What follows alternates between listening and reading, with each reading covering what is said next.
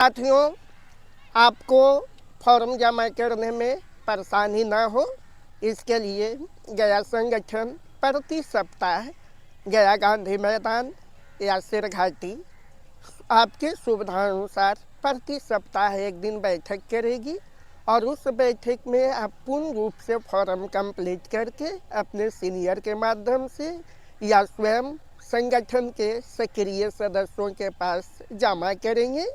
Form के साथ कुछ छोटी सी राशि आपको सदस्यता शुल्क के रूप में देना होगा, जिसके बदले आपको रिसीविंग करवा के डीएम ऑफिस से दे दिया जाएगा।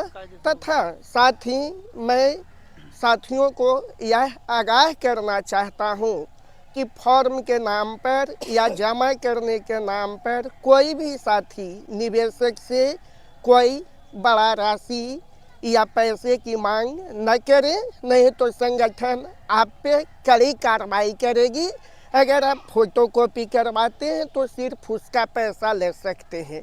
इस बात को नज़रअंदाज न करें, कारण कि आपका संगठन दिल्ली से रजिस्टर्ड है और 42 करोड़ निवेशकों के हित के लिए संघर्ष कर रहा है। जय हिंद, जय भारत। साथियों नमस्कार, मैं अनिल कुमार पांडे, ठगी पीड़ित जमाकर्ता परिवार गया। आज दिनांक 8 फरवरी 2024 दिन गुरुवार गांधी मैदान गया में आपके समक्ष उपस्थित हूँ। बजट कानून 2019 के फॉर्म भरने संबंधित जानकारी के लिए साथियों, जैसा कि आप लोग के ज्ञात है कि कई महीनों से गया में आपका संगठन ठगी पीड़ित जमाकर्ता परिवार निवेशकों का पैसा दिलवाने के लिए प्रयासरत थे और इसी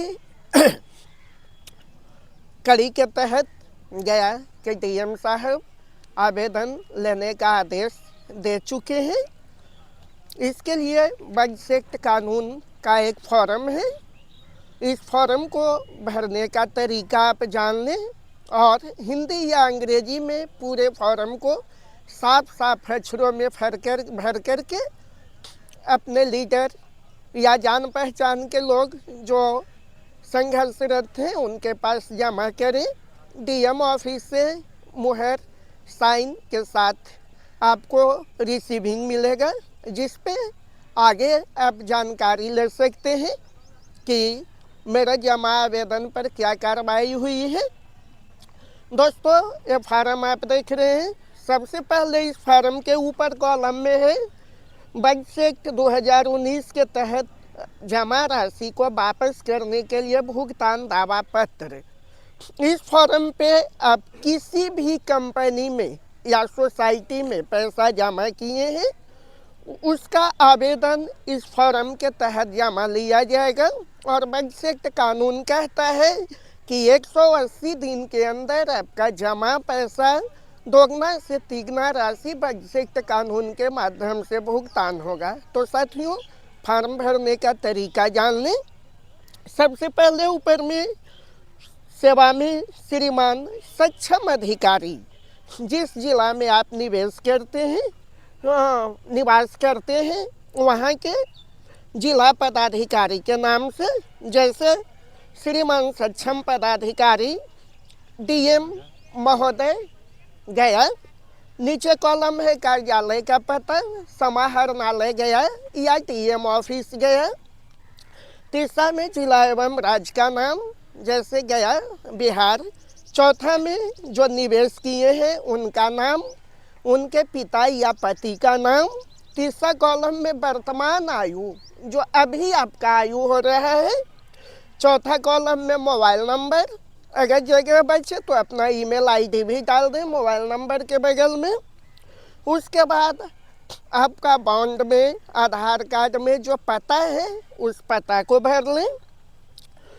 जो वर्तमान में आपका बैंक खाता चालू है उसका खाता संख्या, IFSC कोड और जहाँ पे बैंक आपका स्थित है उस बैंक का पता, उसके बाद जिस कंपनी में या सोसाइटी में आप पैसा जमा किए हैं उस कंपनी और सोसाइटी का नाम, जैसे पिनकॉन में अगर आप जमा किए हैं तो पिनकॉन कंपनी के कई सेक्टर थे। ग्रीनेज फूड प्रोडक्ट लिमिटेड जिसके तहत आती हुई थी, Pincon infrastructure limited, LRN finance, ask services finance, Bengal housing, Pincon limited.